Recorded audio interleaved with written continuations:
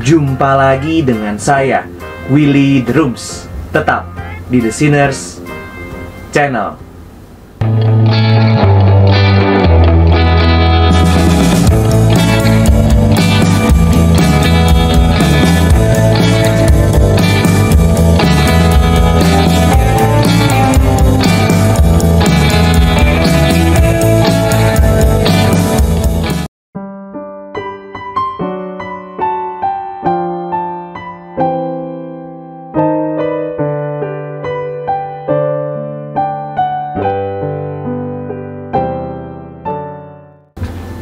Georg Wilhelm Friedrich Hegel 1770-1831 merupakan salah satu tokoh pemikir besar dari Jerman. Dia dipandang sebagai filsuf paling berpengaruh pada awal pertengahan abad ke-19. Hegel lahir di kota Stuttgart, Jerman, dan belajar teologi di Tübingen. Di tempat tersebut, Hegel berkawan dengan Friedrich Hölderlin, seorang penyair yang menjadi tokoh kunci dari romantisisme Jerman pada abad ke-18 dan 19, dan Friedrich Schelling, kawan satu kamar dan kemudian rivalnya. Hegel pernah menghabiskan waktu beberapa tahun menjadi guru untuk menafkahi hidupnya sebelum warisan yang ia terima membuatnya dapat kembali melanjutkan studi di University of Jena bersama Schelling, yang pada akhirnya harus ia tinggalkan karena tentara Napoleon menduduki kota Jena. Beberapa kali Hegel pernah berganti pekerjaan untuk menafkahi hidupnya. Dia pernah menjadi editor surat kabar dan kepala sekolah sebelum ditunjuk untuk menduduki kursi kepala departemen filsafat pertama di Heidelberg, dan selanjutnya di Universitas Berlin yang terkenal sangat prestisius. Hegel menikah pada umur 41 tahun. Istrinya bernama Mary von Tucher, dan dengannya Hegel dikaruniai 3 orang anak. Hegel tutup usia pada tahun 1831 saat epidemi kolera melanda Eropa. Salah satu karya besarnya yang ia selamatkan dengan susah payah ketika harus melarikan diri dari perang adalah Phenomenology of Spirit. Buah pikiran Hegel ini melontarkan namanya ke posisi yang dominan dalam dunia filsafat Jerman. Ide sentral dari Hegel mengenai kesadaran consciousness hingga institusi politik dibangun di atas konsep yang menerobos pada zamannya. Konsepnya tentang the absolute spirit merupakan sebuah respons terhadap pemikiran filsafat dari Immanuel Kant dan para pendahulunya. Hegel berusaha memberikan jawaban terhadap dikotomi kolosal antara kubu rasionalis dan empirisis. Selama ini kedua kutub tersebut saling berseteru dan tidak menemukan titik temu. Tetapi Hegel muncul dengan menyatakan bahwa tidak ada keterpisahan antara things that exist in the physical world, hal-hal yang ada di dunia fisik, empirisisme, dan thought about those things, pikiran tentang hal-hal itu, rasionalisme. Hegel membantah pemisahan yang ada. Separasi antara pemikiran dan objek pemikiran sesungguhnya hanya sebuah ilusi, kata Hegel. Hal ini terjadi karena orang-orang berpikir keduanya sebagai aspek yang terpisah dan saling berdiri sendiri. Pemisahan ini hanya bisa teratasi ketika kita mengerti bahwa hanya ada satu realitas, yaitu the spirit. The spirit itu sendiri, yang mana keseluruhan dunia ini hanyalah refleksi dari dirinya, baik berupa thought maupun what is thought about. Video ini akan memberikan pengantar singkat mengenai 3 pokok pemikiran Hegel. Kita tidak akan membahas semua buah pemikiran Hegel. Tentu bukan karena ingin mengecilkan figur tersohor ini, melainkan karena keterbatasan saya dalam menuangkan seluruh pemikirannya yang besar. 3 hal tersebut berkenaan dengan the absolute spirit, filsafat sejarah, dan dialektika.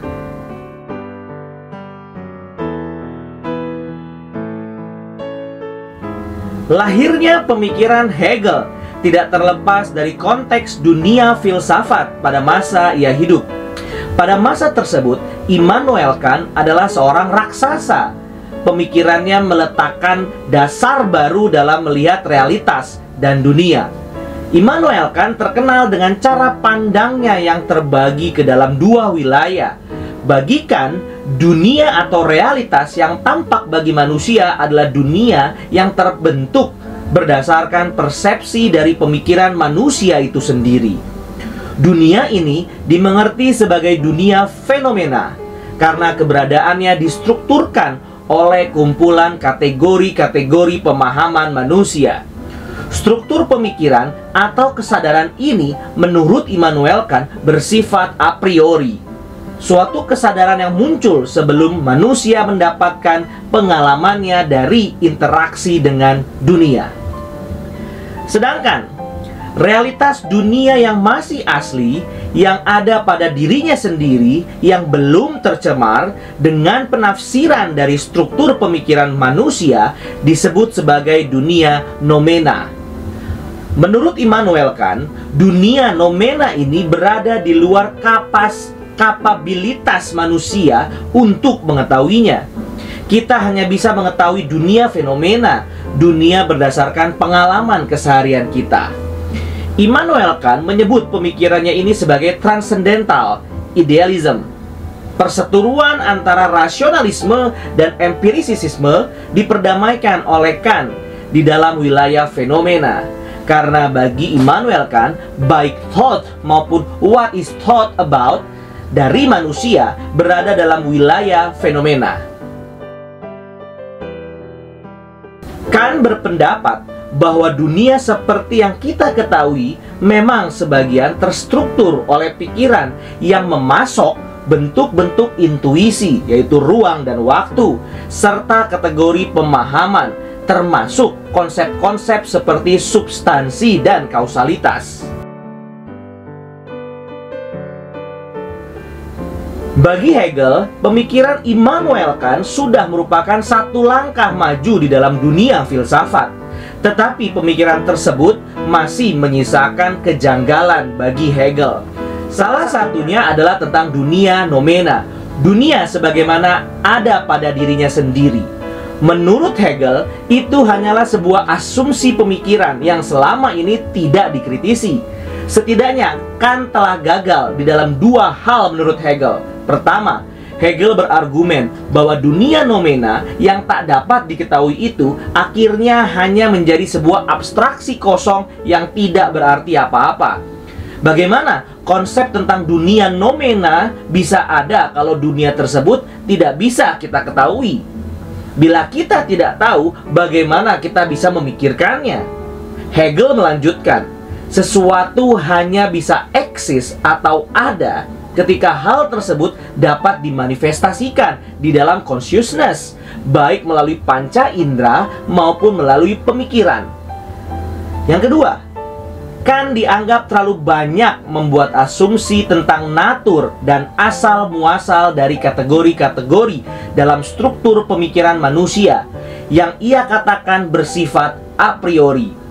Immanuel Kant berasumsi bahwa kategori-kategori tersebut orisinal dan murni, berbeda satu sama lain, dan secara total saling terpisah antara satu dan yang lainnya.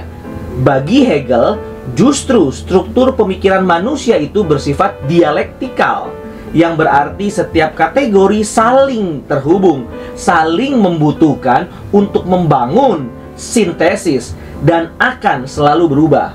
Disinilah salah satu letak perbedaan kunci antara Immanuel Kant dan Hegel. Kant percaya kerangka dari consciousness manusia tidak bisa berubah, sedangkan Hegel percaya yang sebaliknya. Consciousness is part of an evolving process, and this process is dialectical.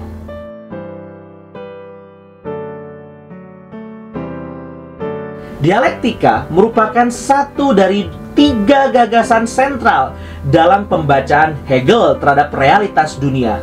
Menurut Hegel, dunia sebagai manifestasi dari spirit berkembang melalui proses ini. Dia menyatakan ada 4 poin di dalam proses terjadinya dialektika. Yang pertama, tidak adanya asumsi yang dibuat. Yang kedua, melibatkan seluas-luasnya ide yang mungkin untuk dikaji. Yang ketiga, ide yang umum harus terus dipertajam menuju ide yang makin spesifik. Keempat, proses ini harus terus terjadi berulang di dalam pembahasan konsep yang ada. 4 syarat ini menjadi inti dari logika dialektik Hegel, di mana ketika sebuah ide dimunculkan sebagai tesis, pada dirinya sendiri pasti terdapat kontra sebagai antitesisnya. Antitesis ini diperlukan untuk memunculkan ide baru yang lebih kaya dari ide sebelumnya. Suatu bentuk sintesis yang disebut sebagai tesis baru. Hegel percaya melalui proses dialektika, dunia yang adalah manifestasi dari spirit terus berjalan di dalam sejarah hingga ia mencapai kesempurnaannya. Karena ketika sebuah dialektika berjalan dari tesis, antitesis hingga menghasilkan sintesis, sintesis tersebut menjadi tesis baru yang akan berputar kembali di dalam siklus progres yang sama. Tesis 1 bertemu antitesis 1 menghasilkan sintesis 1. Lalu sintesis 1 itu menjadi tesis 2 yang bertemu dengan antitesis 2 menghasilkan sintesis 2 yang akan kembali menjadi tesis 3. Demikian seterusnya. Inilah konsep Hegel tentang kerangka realitas yang terus bergerak, berprogres di dalam sejarah menuju kesempurnaan. Proses pergerakan dalam sejarah ini merupakan manifestasi dari the spirit tersebut yang menaungi segala sesuatu dan yang sedang terus beranjak menuju kulminasinya.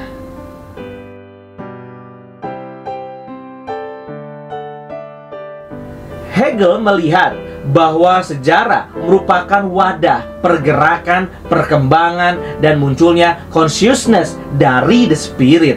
Hegel secara jelas menyatakan bahwa perkembangan yang dimaksud tidak berbicara pada tataran ide-ide logis, melainkan secara nyata dapat kita saksikan di dalam realitas sejarah. Misalnya, perbandingan antara masyarakat pada zaman Yunani kuno dan orang-orang yang hidup di zaman modern. Keduanya tentu memiliki hal yang berbeda untuk dipikirkan. Tetapi Hegel mengklaim bahwa bukan saja hal yang mereka pikirkan berbeda, tetapi juga cara mereka berpikir. Sebab setiap zaman memang mewakili tahap kesadaran yang berbeda dalam panggung sejarah. Tetapi semuanya berada dalam satu jalur yang sama yang dimanifestasikan spirit di dalam progresnya. Dalam karya utamanya Phenomenology of Spirit, Hegel memberikan contoh dari bentuk perkembangan kesadaran ini. Hegel menjabarkan bagaimana arah consciousness berkembang, yaitu dari individual ke arah komunal. Hegel mau menyatakan bahwa manifestasi spirit di dalam membangun kesadaran pasti selalu terwujud secara gamblang di dalam sejarah. Misalnya saja, pada konteks revolusi Prancis, pada saat spirit hadir, ia akan selalu membawa kesadaran revolusioner yang ia manifestasikan sebagai seorang individu. Dalam konteks ini, Napoleon Bonaparte, yang sekalipun sebagai individu, Napoleon memiliki kesadaran pada dirinya, namun ia sendiri tidak akan menyadari bahwa ia telah dipakai dan memiliki peran penting dalam sejarah sebagai bentuk dari manifestasi perjalanan spirit tersebut. Dan setiap individu ini pasti memiliki ciri yang sama, yaitu membangkitkan kesadaran kolektif yang bergerak dalam skema dialektika. Untuk kasus Napoleon pun semacam demikian. Ia hadir sebagai antitesis dari pemerintahan yang menindas, yang kemudian sintesisnya, yaitu pemerintahan baru, menjadi sebuah tesis awal yang diperhadapkan dengan antitesis berikutnya. Dari contoh ini, Hegel mau menyatakan satu ide yang extraordinary, bahwa natur dari consciousness terus berubah sepanjang waktu dan berubah selaras dengan pola yang tampak secara nyata dalam sejarah.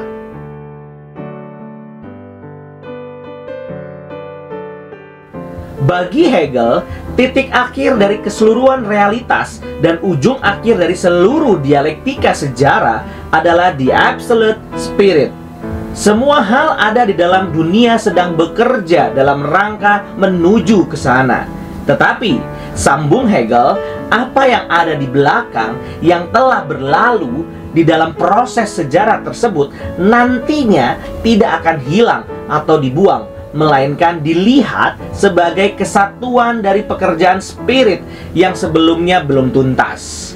Karena itu, setiap individu di dalam dunia ini bukanlah sekedar komponen sisa dari realitas, melainkan bagian dari the whole yang sedang berjalan dan berkembang, yaitu spirit. Atau dengan kata lain, seluruh dunia beserta manusia adalah partikularitas yang bermakna di dalam universalitas atau kesatuan di dalam naungan the spirit. Hegel menggunakan istilah the true is the whole, dan the whole itu adalah spirit yang di dalamnya termasuk manusia dan seluruh realitas. Realitas sesungguhnya adalah spirit yang terus berjalan melalui proses perkembangan sejarah menuju konsumasi. Spirit berkembang bukan karena ia cacat dan sebelumnya tidak lengkap. Perkembangan di sini merupakan progres penyingkapan akan kebenaran atau realitas di dalam ruang dan waktu. Ibaratnya seperti manusia yang bertumbuh dari anak kecil menuju dewasa. Apakah berarti ketika manusia masih anak-anak itu ia cacat atau kurang sempurna karena belum dewasa? Ya tentu tidak. Ketika masih kanak-kanak, ia sempurna sebagai anak-anak pada tahap anak-anak. Anak-anak bukanlah manusia dewasa yang sedang cacat atau belum sempurna. Titik akhir dari perkembangan ini adalah ketika kesadaran total, tuntas, penuh, dan terkulminasi seluruhnya ketika semua yang akan dinyatakan telah dinyatakan di dalam ruangnya dan pada waktunya. Bila ini terjadi, berarti seluruh realitas telah masuk kepada tahap the absolute spirit.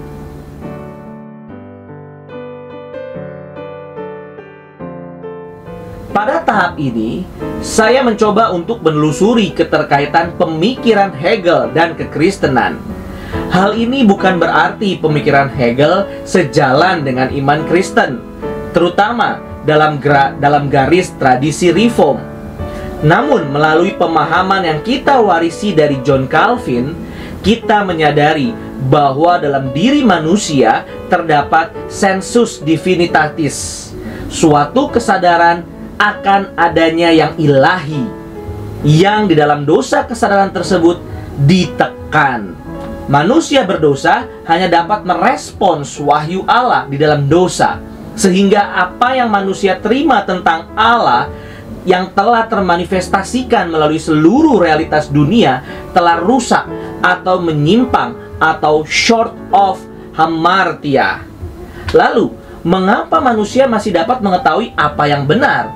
In a particular sense, not the whole truth.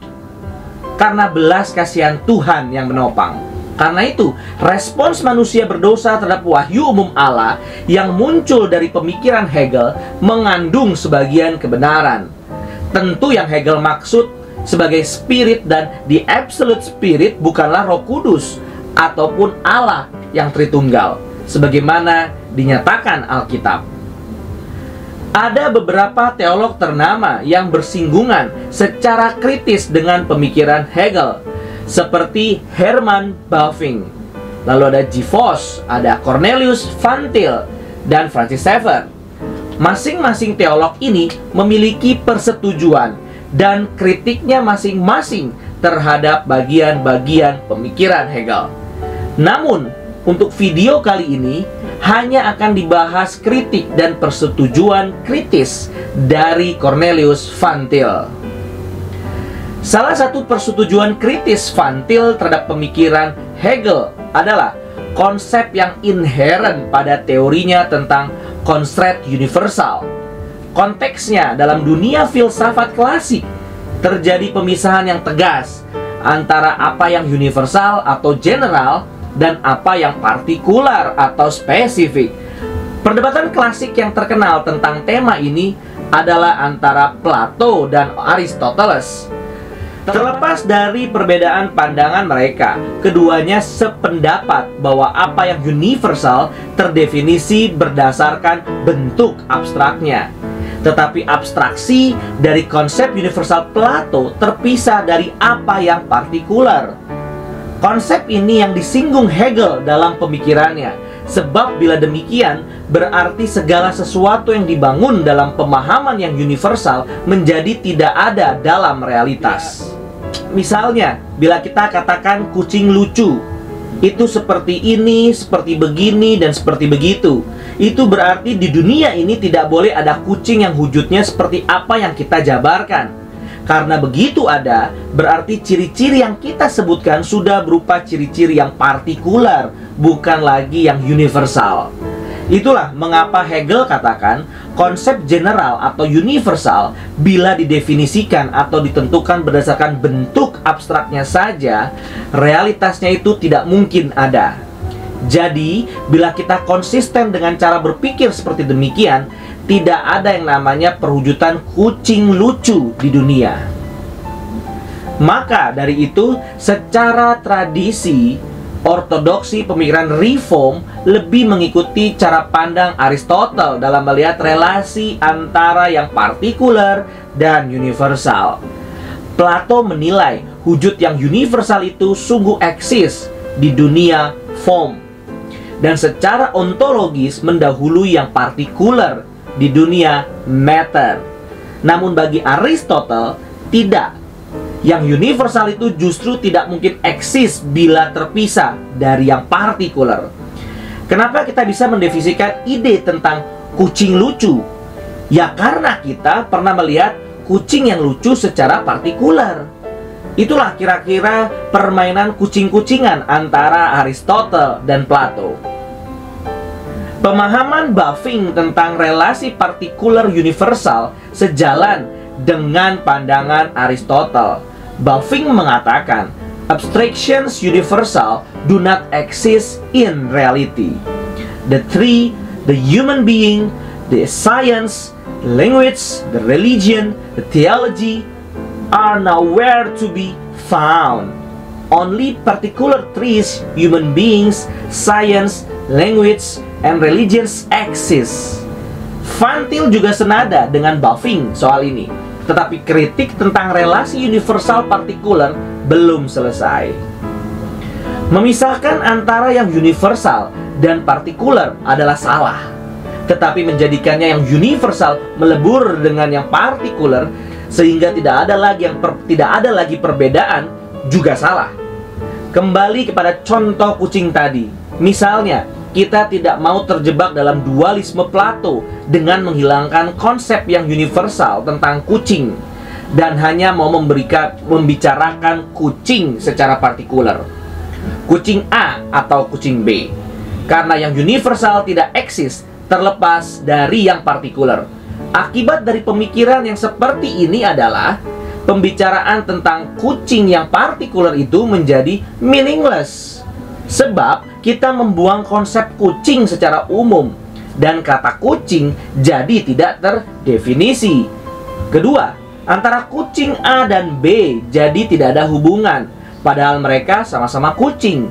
Tetapi bila pada sisi yang lain kita mengeneralisasi semua yang partikular untuk menyatakan hubungannya dalam genus kucing, bukankah pada akhirnya kita kembali kepada abstraksi universal?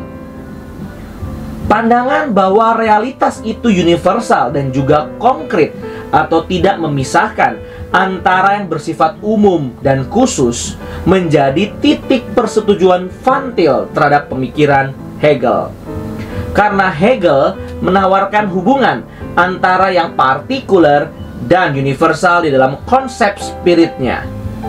Bahwa yang partikular bukanlah sesuatu yang terlepas dari keseluruhan, melainkan bagian yang integral dari the whole yang adalah spirit. Keterhubungan dengan the whole inilah yang akhirnya memberikan tujuan dan makna atas apa yang partikular. Van Til seperti Hegel melihat permasalahan one and many hanya bisa dijawab melalui terang dari konsep constraint universal. Kritik Van Til terhadap Hegel adalah mengenai konsistensi Hegel terhadap konsep constraint universal.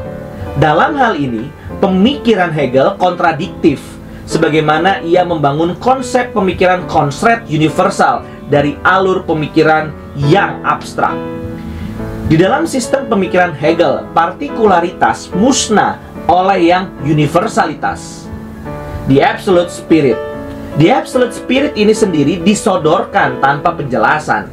Pada tahap ini, Van Til memiliki kesimpulan yang sama dengan Bavinck, bahwa dalam idealisme Hegel, semua pernyataan mengenai the absolute spirit akhirnya tanpa konten. Van Til tidak setuju dengan Hegel mengenai konsep spirit. Bila spirit, apakah ia pribadi, kekuatan, atau apa, adalah sesuatu yang transcendent dan self-existent, Hegel tidak menjabarkannya sebagai yang dapat diketahui secara rasional. Dengan kata lain, konsep Kantian tentang divine incomprehensibility yang dimengerti sebagai rational unknowability masih belum teratasi oleh Hegel. Pada saat yang bersamaan, pengetahuan manusia atas dunia dan sejarah disamakan sebagai pengetahuan atas yang ilahi oleh Hegel, karena membaca sejarah sama dengan mengenal spirit. Bagi Van Til, hanya doktrin kekristenan tentang Allah Tritunggal yang sesungguhnya dapat menyatakan konsep universal yang asli. Di dalam diri Allah tidak ada partikular yang tidak berhubungan dengan yang universal, dan tidak ada yang universal yang seutuhnya tidak diekspresikan melalui yang partikular. Setiap pribadi Allah Tritunggal adalah pribadi yang partikular, dan pada saat yang bersamaan setiap pribadi memiliki kepenuhan dari keberadaan Allah itu sendiri. Dengan kata lain, di dalam Allah Tritunggal, setiap yang partikular adalah sepenuhnya yang universal, dan yang universal sepenuhnya diekspresikan di dalam yang partikular. Selain perihal pribadinya, pribadi Allah, keharmonisan antara yang universal dan partikular juga berlaku pada atribut-atribut Allah. Allah yang adalah Allah yang kasih sekaligus Allah yang adil. Kedua sifat ini dapat dibedakan, dan pada saat yang bersamaan tidak dapat dipisahkan. Kedua sifat ini jelas berbeda, tetapi pada saat yang bersamaan, kasih Allah itu adil, dan keadilan Allah itu penuh kasih.